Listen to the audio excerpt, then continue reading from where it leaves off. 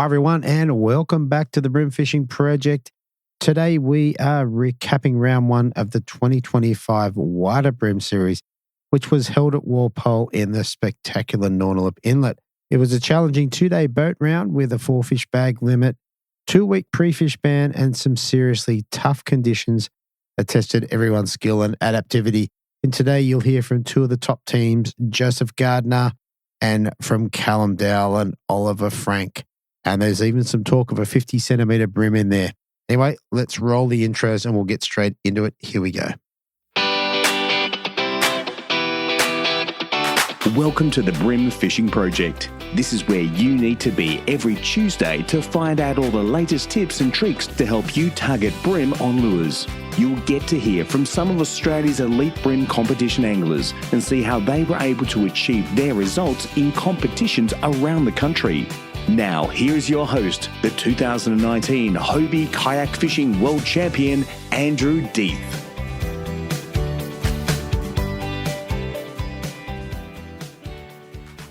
All right, so this was a great little round held back on the 23rd and 23rd of March. I've got a couple of great stories for you, so I hope you enjoy them. I wasn't able to reach out. I wasn't able to get in contact with either Daniel or Mitch Perella, which was disappointing, as it was a pretty good win by them. They dropped, and I'll tell you now, they dropped their 4 fish on day one for 1.49 kilos. So we're not spectacular there, but backing it up with a massive bag on the Sunday, 4 fish for 3.28, which included a big bream of 870 grams, giving them 4.770 kilos. And nearly, it was a 1.2 kilo win. So absolutely massive. Look, congratulations to those guys. If they hear the podcast and want to come on, please reach out to me. I'll record it and I'll put it into this episode anyway. All right, let's do all the bite periods and what have you and get into the interviews. Here we go. So on the Saturday, just 12 in the fish activity wheel with a major bite period at 4:43 through to 7:13. Minor bite period at 1:01 through to 2:31 with a low tide at 7:16 at 0.17, running up to a high tide at 8:48 at 0.35. On the Sunday, slightly better, 17 in the fish activity wheel, major bite period at 5:36 a.m. through to 8:06, minor bite period at 1:53 through to 7:23. That's not correct. 3:23. Low tide was at 7:24 a.m. at 0.17, and a high tide was at 9:51 at 0.36. So there you go. Almost identical tides for both days. How about that? All right, let's get into the angler interviews. Here we go. Okay, so up first in third place, we have Team Don't Blush Bream, Callum, Dowell, and Oliver Frank. They dropped 4 fish for 1.580 on day one, backed it up with a bigger bag on day two of 4 fish for 1.89, giving them a total of 8 for 3.470 and third place. I'd like to welcome Callum back to the show and welcome Oliver. Welcome, guys. Yeah, thanks, Andrew. It's great to be here, mate. All right. So before we move on, it should be said that Callum, for those of you who don't know, is the inventor of the muss for the Outback Bruma Baits muss and is definitely responsible for a lot of people catching a lot of big bream. You must be pretty proud of that, mate. Yeah, it is. It's the perks of the job, really, is seeing the catches on social media and just chatting with people about catching their first fish on the mussel. And yeah, you just can't beat it. And it really just doesn't feel like work, to be honest. Yeah. And I must admit, look, as you can imagine, I talk to a lot of anglers and there is a lot of guys that I've spoken to. They said, oh, yeah, I text with or I message with Callum. And I think that's really cool to be able to be in touch with the creator. I think is quite cool. Yeah, I liaise with so many different people and, everyone's a mate. And they send me photos of shellfish in their area and I replicate the colours that they want and just starts the journey of a great friendship as well as like a business relationship with people and wholesalers as well. Yeah, it's really interesting what you say, like replicating colours. We were talking about it just before we started about where I'm fishing and fishing with lures that kind of match the oysters. I think it makes a difference, like just getting the right colour. Absolutely. I think with especially what you're using, the baby bites, they all they need is that similar colour and that little tiny profile of what they're dialed in on, and it's usually up for a good fight after that. Yeah, 100%. Yeah, we give a few of them away to the fish. So before we move into the competition itself, just tell us what different models you're running at the moment, because you've got the little musk, the standard, you've got clickers. Like, what have you got in the range at the moment? at the moment the normal 35 mils are really just outclassing everything else, especially around New South Wales and getting into Gippsland. I've got a couple of wholesalers in Gippsland, and they're not buying the 28s anymore. They're just 35s or nothing. I think generally this time of year, the mussels kind of spawn in about October, November, depending on rainfall. And so 6 months later, they're a lot bigger on the pylons. And it just all depends on the area, if they've had a spat fall or not, depending on how big the mussels are. And in Sydney Harbour, the upgraders, the 41 mils, they're going really well at the moment. I've never sold that many ever to New South Wales, and especially Sydney Harbour. And I think people are just dialing in on them for the Australian Open, and especially Hawkesbury coming up in the ABTs next month as well. Yeah, I must admit, in having conversations, the upgrade has been coming up. And the other thing that I know that you've done for people is you've done specials for it, done all sorts of modifications, from making them heavier to different paint, all sorts of stuff, which I think is pretty cool. Slightly heavier weight. I can make the upgrades up to 11 grams, which is what we sell to Kuwait in the Middle East. Right. But, they just let that mussel straight down to the pole, straight down the bottom of the pole where the bream are. And in the harbour where they're fishing the poles in 5 to 8 metres of water, and just casting slightly up current of it and getting them right at the base of the pole. And sometimes you need a really heavy mussel to do that. Yeah, right. Wow. Very cool. Very cool. All right. One last thing on that before we head off. What's the best way for people to contact you if they want to have a chat? Yeah, I mainly just operate off Instagram. I'll set a Facebook up when things quieten down a bit. Yeah, so Outback Bruma Baits on Instagram. Otherwise, I've got a website there, outbackbrumabaits.com, and the email links there as well if you want to contact me and you've got a certain colour that you want me to replicate. I'll do my best. Sounds good to me. All right, let's move into competition. So leading into the competition, did you get a chance to get down there and have a bit of a look around? Yeah, we did. We pre-fished it twice, both on different conditions. So the first time we went with bluebird skies, an afternoon breeze, but yeah, very, very tough conditions. Yeah. And I think we got 2 legal bream all day. Oh. Oliver's introduction to Walpole wasn't that great. He didn't catch a bream all day. Right, nice. So we might have caught a couple of small ones, but definitely no legals. Yep. Yeah, it was just we did try a few areas, but because it was such a nice day, the bait fishermen were just right. Enforced every spot that was on the radar to go to. It just seemed like there was just patches of tinnies chucking out bait, and they're smart too. They'll throw out unweighted prawns, throw out mussel gut. Yeah, right. Live bait. They are so onto it over there. Hard to compete with. And tell me, how do you know Oliver? What's the connection there? Uncle. He's your uncle, Uncle Callum. I dragged him into it. Yeah, good. And now you're on the potty, mate. How good's that? Yeah, pretty cool. Pretty cool. What's your biggest 50? No. Stop it. Yeah. I haven't got a 50. So he's a 50-centimetre bream. And 10 minutes after it, he was hunting down my biggest. So I was just like, mate, just stay in the moment for a bit. You caught a 50-centimetre bream. You don't need it. I was going to say, people chase them forever and never get one. Yeah. Where to now, mate? Fair enough. All right. So tell me about this 50-centimetre bream. What'd you get him on? Chubby. On a chubby. Fair enough. And did it go hard? No, it's harder than I thought. Yeah. He had lock drag. A lock drag. That's insane. I mean, sometimes the really big fish I find don't always go crazy hard. But yeah. All right.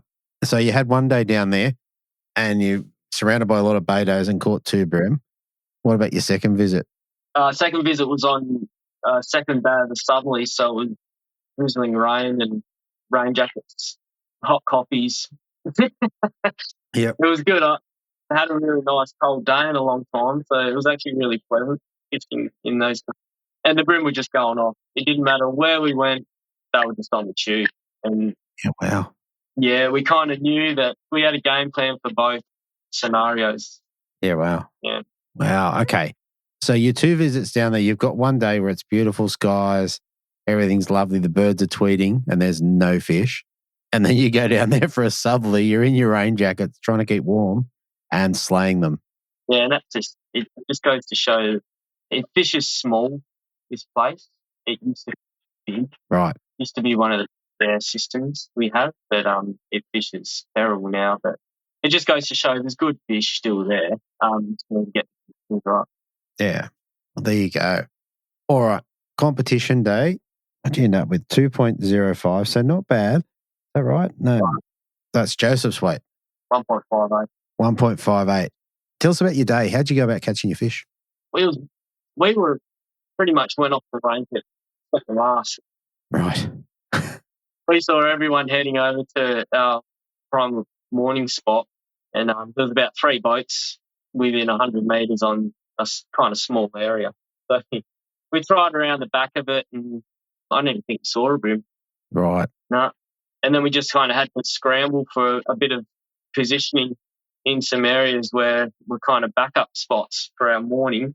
And we ended up only getting 1 fish for the morning. We did drop a couple of nice ones. They just weren't hit the bed, properly. Yeah, right. But we're using the ziggies, the horse lures and tackle ziggies. Oh, yep. I know them. And even fishing them with size 10 ST11 omens, so really light gauge hooks. Because the bream, they were just swiping at the lure. They weren't plucking it. Yeah. And you'd get swipe per fish. Yeah, right. Yeah, to get hooked in, it's impossible. Yeah. With the ziggies, are they the ones with the hook on the side or on the bottom? Do you remember? Oh, they're a direct replica of a bent minnow, just slightly smaller. Sure. They've also got little cavities under the gill. Yeah. So water gets in them, and they perform a lot better under the water, and they don't float as fast as well as a bent minnow. Okay. Both have their place, really, for what the fish from a certain day. Yeah, fair enough. So where'd you get off to after there? We went to the river, so we went to the Frank. Yep. And there was a whole lot of people in there going 1, 2, none. So we gave it about 20 minutes, and then we went, nah, let's just go way down to the mouth and go to the spots that we actually couldn't access on pre-fish day because it was just loaded with houseboats, people swimming, jet ski, people fishing. So, yeah, we went. I've caught fish down there before. We just hit an old bank, right down at the mouth in the oceanic, real clear water. Yeah, okay. And how'd it turn out for you? Oh, I mean, I completely salvaged the day. Yeah. Like I used the bent minnow to start off with, and I was using a crankbait, and we just weren't, something was wrong, just we were seeing fish here and there. And then I turned it, because we rigged up a couple of Hurricane Sprats on squidgy resin head jig heads the night before. Yep.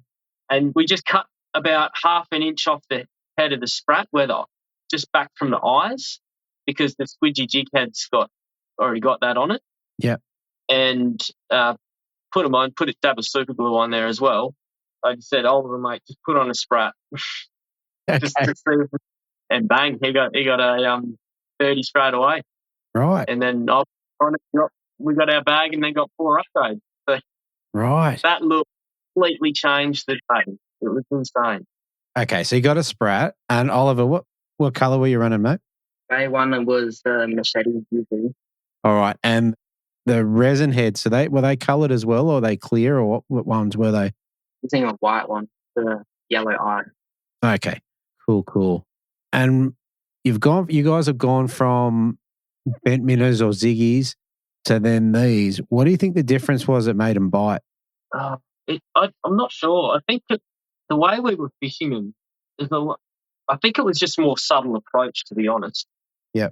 Wasn't like a chaotic retrieve back. It was more of a just real typical sprat retrieve, like just a tiny skip over the surface with the rod tip up. Mm-hmm. And then I kind of cottoned onto it. What Oliver was doing, he just pumped his rod tip down and just constant little pumps of the rod tip and half turns of the reel. And because we'd never fished this technique, never fished with the resin head for the sprats. So we saw the sprat in the water, and what it does is when you pump it down rod tip, it'll go 10 centimetres under and suspend. Yeah, right. Like it's perfect weight. And it'll sit at that level and it's just ticking along and they just swim just awesome, hey? Yeah, wow. Okay. I mean, part of it is you can almost guarantee that no one's rigged a sprat over there on a resin head. I mean, maybe they have, but it probably hasn't been done. So they haven't seen that before. Yeah, that's it. And, I mean, sprats are getting really popular over here on the hidden weights, which is obviously like a 140 that still sits very slowly. Yeah. But these were suspended. Yeah, wow. That is very, very cool. And they were hectic. It was just pink, like we were fishing 3 pound fluoro. Yeah, wow. And you just straight through the intake, yeah. That's very cool. And then, like you said, turn your day around. You put some decent fish in the well. Yeah, like we said before, like when I made a mistake, he came back with 1.58, so just under 1.6. Where did that have you guys overnight? Third spot, but I think there was 8 teams within about 100 grams of us. Right. Okay, so really locked up. Third, but second to ninth was about 100, 200 grams. It was just a bit stacked up. Yeah. Yeah, cool. All right. Tell us about how day 2 panned out. What was the weather like? Yeah, so day 2 was complete overcast. Okay. It was sustained southeasterly overnight. Yep. And you get those conditions in the morning before tournament day, and you get those little butterflies because you know they're going to be on the bite first up in the morning. You go on and just oozing confidence that we're going straight to fish. Yep. And we left them biting the day previous. Yeah, okay. How did it play out? Did you get fish immediately? Yeah. Oh my God, I knew them straight away. What adjustment we made, it took about 10 minutes to get a bite, but in that time, I actually put the BioVex suspension dots at the base of the squidgy jig head. Okay. Just because I felt like they weren't sitting in the top section of the water column. So this just brought it down a bit further in the water column and suspended a bit further down. And literally first cast, we both got fish once we changed to that suspending dot. It was just the slightest little adjustment and we got a bag straight away. Wow. In terms of the day, were they bigger fish? Well, no, I think they were just about 30 centimetres, mainly 28 to 30 centimetres, yeah. Yeah, but we knew we were kind of in the right area. Yeah. Our mates who we shared the front with the whole pretty much day, they were just smacking fish. They were smacking them, and I'm going, yeah, it's a little bit disheartening watching people next to you like just all over them, but they were our good mates, so. And we knew they were just what they were using and what they were doing, so we just had to keep plugging away. Fair enough. So from day 1, you started off on the surface, like proper surface. You've gone to the sprats with resin heads. Day 2, you've changed it up. You've added in some BioVex suspend dots. Not sure are they just little lead dots or is they something different? Yeah, they're little lead dots. I'm not 100% sure of the weight of them. Sure. But the guys use them for the Gamecraft swim baits. Oh, yeah. Okay. And they've got a little protection on the back of them, so they're super sticky. Like you'll fish with one all day and it won't come off your lure. Okay, so you don't have to super glue them on, I guess. So yeah, they're bloody awesome. Okay. Yeah, I've not across them. And then you watch your buddies just clean up there for a while. How'd your day round out? Did you get any more after that or was it pretty much done and dusted? Nah, we did a few things from day 1 that we got bites on and lost a few fish in those areas. But then I think Oliver got an upgrade. Dead sticking a sprat. I don't know what was going on. We got the line tangled from his. As soon as I unwrapped it, started retrieving the stick minnow, and I had like a legal 30 on. Nice. So that was an upgrade. That was a bonus fish, yeah. Well, there you go. There you go. But then enough and went back down there and caught up with our mates down there and just could not believe the bag they had. It was just insane. And I had a look at the deck and I saw a stick minnow rigged up on 3 pound. So I'm going, no, Oliver, I'm changing. I'm not feeling a prawn pattern. I'm going to go a bait fish pattern, a little bone UV, just a generic stick minnow you get from fishing.com.au.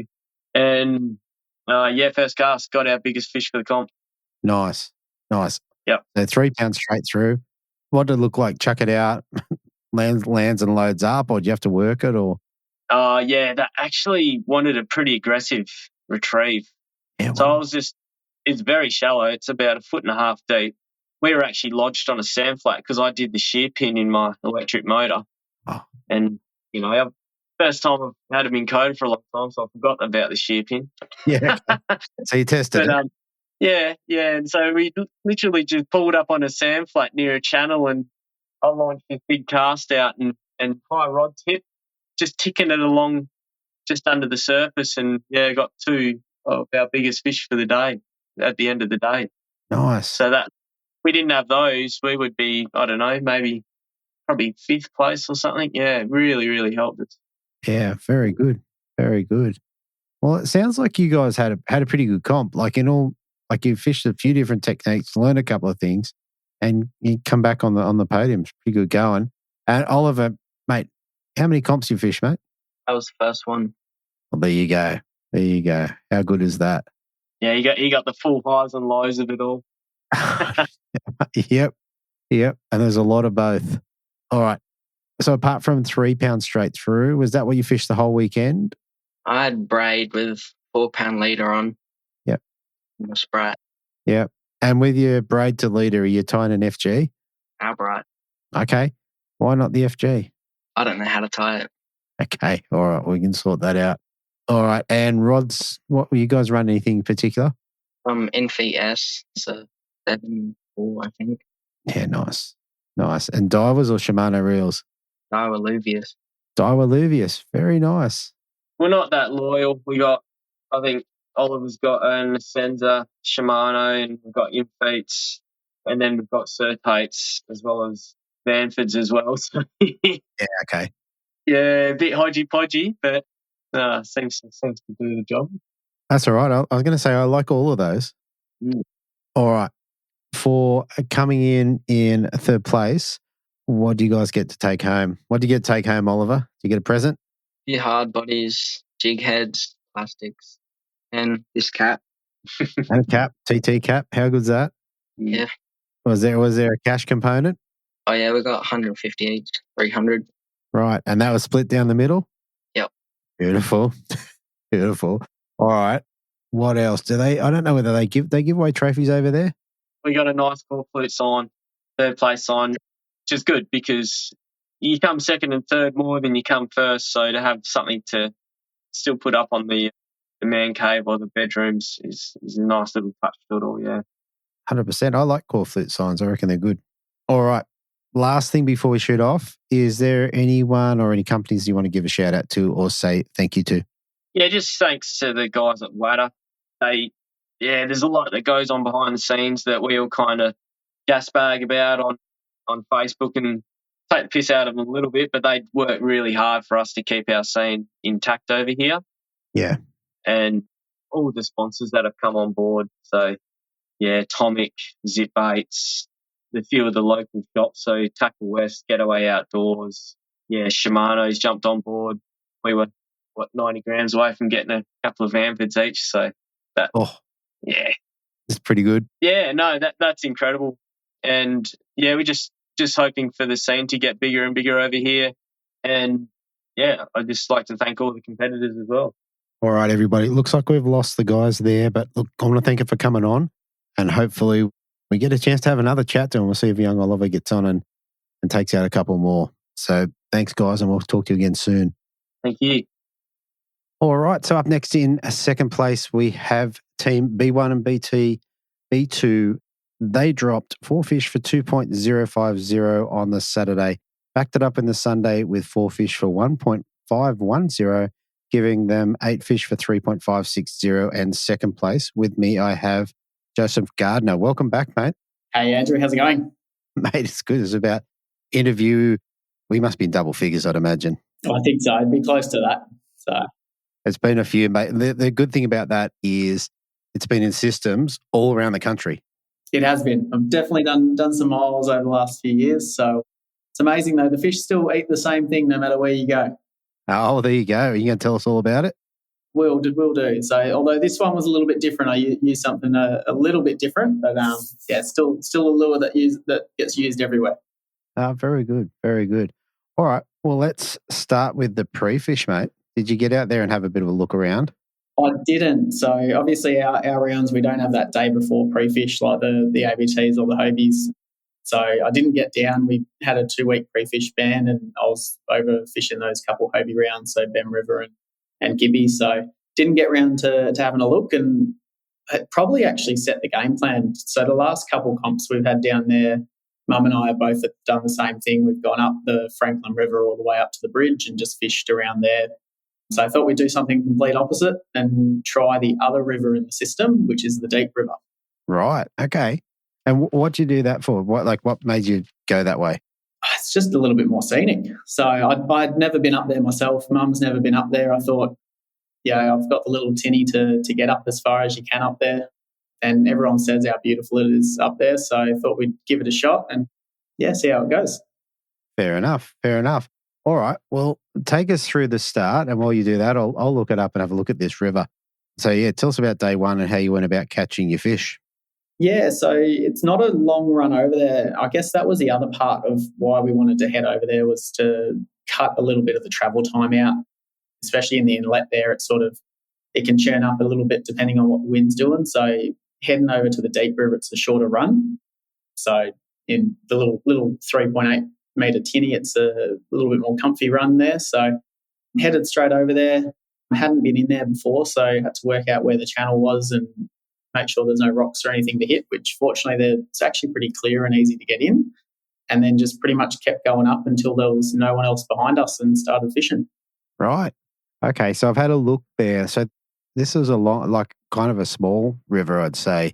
It doesn't... Yeah, it's tiny. And if you have a look on the map, you can see, even though it's called the Deep River, it is like a metre deep across most of it. So it's not until you get up past, there's a couple farms up right up the top. It's not until you get up there that there's a couple sort of rock bars and sort of rapidy sort of areas that there's some bits that are 6 metres deep up there, but that whole front edge of the system, there would struggle to be anything over a metre deep. Right. In those areas, in those real shallow areas, do they hold fish, or is it more you have to get up through that area? No, I didn't see many. That first few Ks of the river were pretty dead. There were fish along the reed edges, but they were all really small. It wasn't until we got up just before the farm, there's a rock bar, and then all up past the farm, it was the best bit. Yeah, okay. All right. Well, tell us then, how do you go about catching fish? So we sort of just pulled up as soon as there was a team behind us. Cameron Lauderdale and Graham, his dad, stopped behind us. We knew they were the only other ones in the system, so kept going until they stopped, and then we stopped probably a K past them. Started throwing brim prawns and little pygmy mussels, and Mum had a wave minnow up against the reed edges. And really we started catching fish straight away, all the way up to the farm. And then past the farm, I started throwing a bent minnow. It was glass off up there, a little bit deeper with logs and snags everywhere. So changed over to the bent, and that was pretty much what sealed the deal on day one. It was a bent minnow bite all day. Wow. And if you have a look on the map, so the Deep River sort of up where it gets to where it says broke is where the farm is. You can go another couple Ks past that to where you can't even see the river anymore because the tree canopy sort of takes over when you zoom in. Yeah, right. When you get up there, you're sort of pulling your boat over logs, sort of counterbalancing the weight to sort of balance over the logs. And it's so beautiful up there. Wow. And look, for the listeners, I've zoomed in on this, and that's quite a long way. It's several Ks upriver. That's all right. And if you zoom in, like, it looks like there's no river there because you've just got the tree canopies across. And from left to right, right to left across the river, it is just fallen trees all the way along, where it might be 3 metres deep in some bits, but, you've got a tree that's gone all the way across the river and it's just sitting a metre deep. Wow.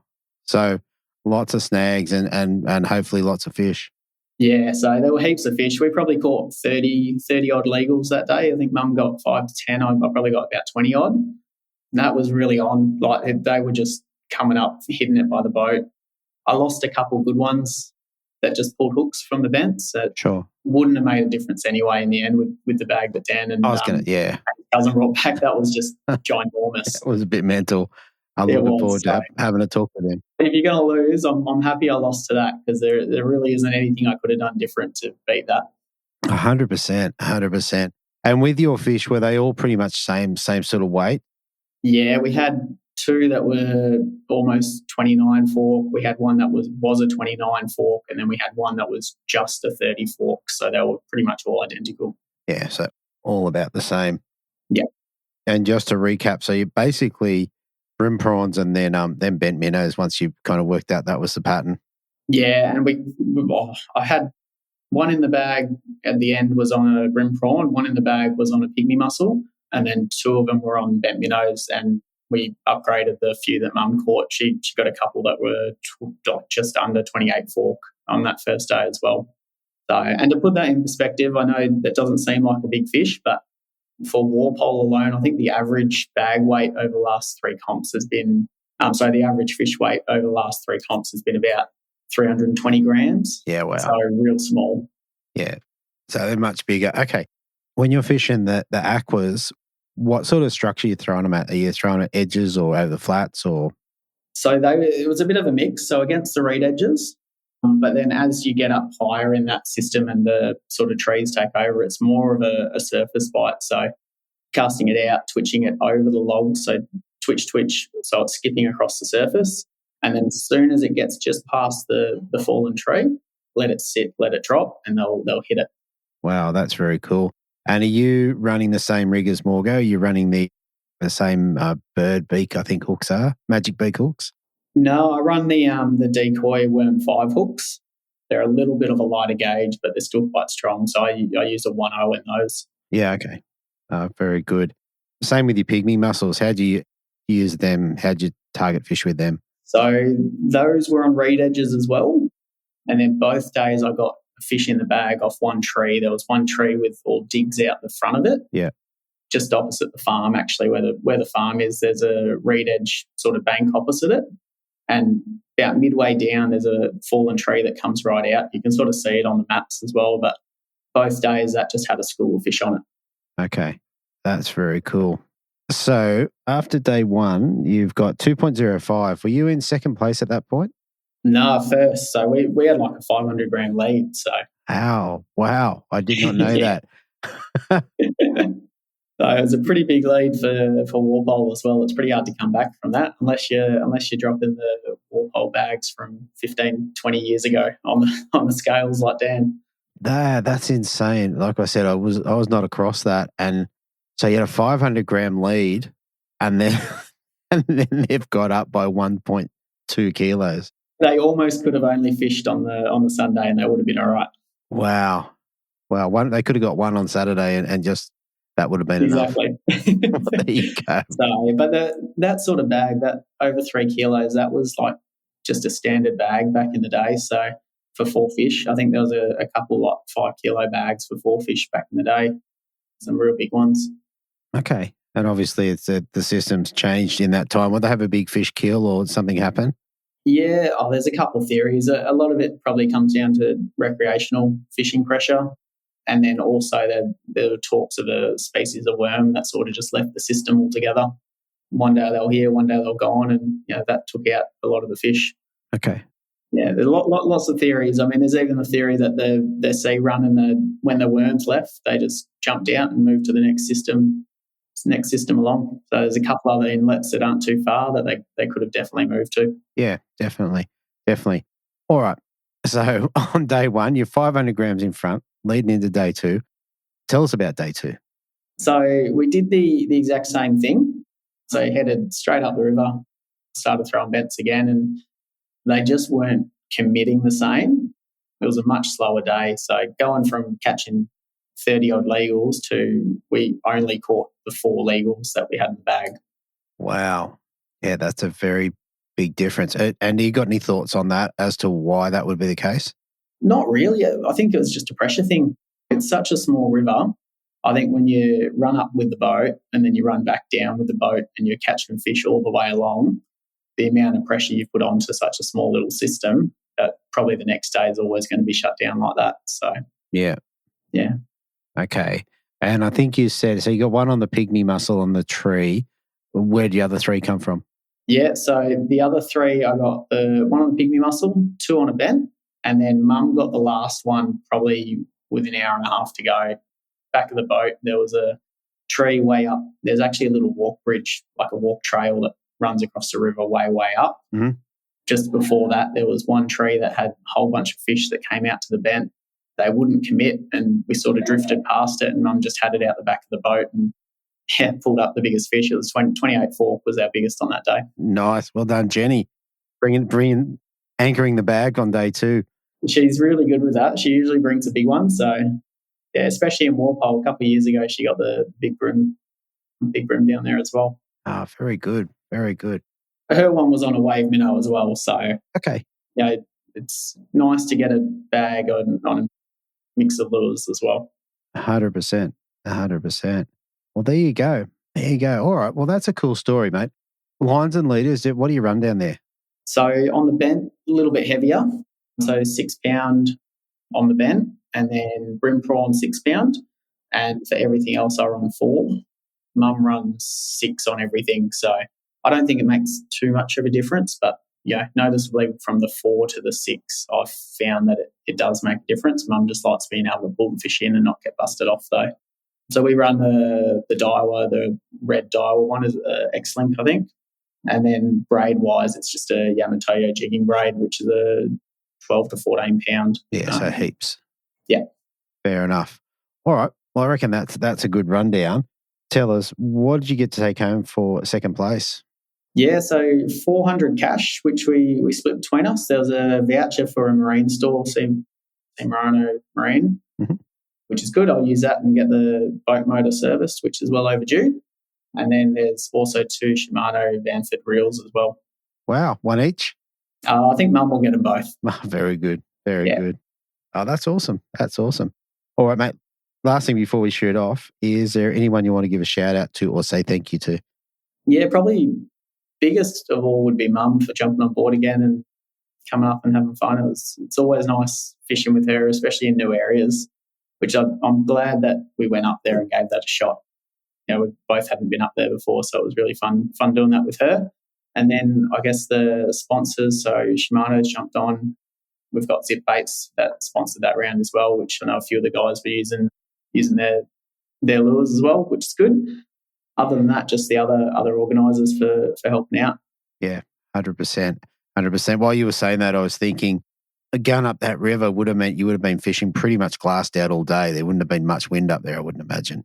No, not on the first day. The second day there was a bit more, which could have been why the bent didn't quite work as well.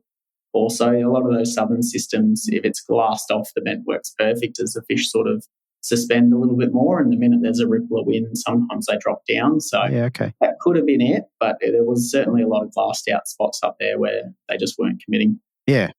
I guess on that first day as well, we did actually get one upgrade right at the end on a brim prawn. That was the one that was in the bag on a brim prawn right out the front. So there's Snake Island, which sits just outside of the entrance to the deep.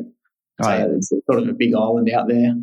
There's a couple tea trees on there. I got a 29 fork was right at the end in about as tall as the fish was, probably about 25 centimetres of water. Wow. Right up shallow. So that was pretty cool. But again, didn't really lose any that would have made a difference to Dan's bag that he brought in. No, but It's interesting that you've got upgrades in both dates right towards the back end of the day. Yeah. Or, Jenny got the last fish like right at the end or close to the end. Oh, you never stop. I mean, a 4-fish bag, you're only 4 casts away. So, yeah, you make 4 casts and catch 4 fish in 10 minutes. So, no, that's fantastic. All right, mate. Well, listen, thanks again for jumping on. I look forward to having a chat with you again soon.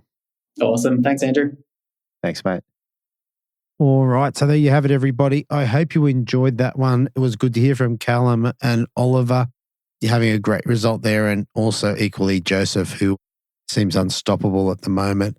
All right. I think I'll leave it there for the moment. Listen, thanks for tuning in, and I'll talk to you next week on the Bream Fishing Project. Thanks for listening. Hopefully you were informed, inspired and entertained. If you were able to learn something or just enjoyed listening, please consider subscribing and rate us on your favourite podcasting platform.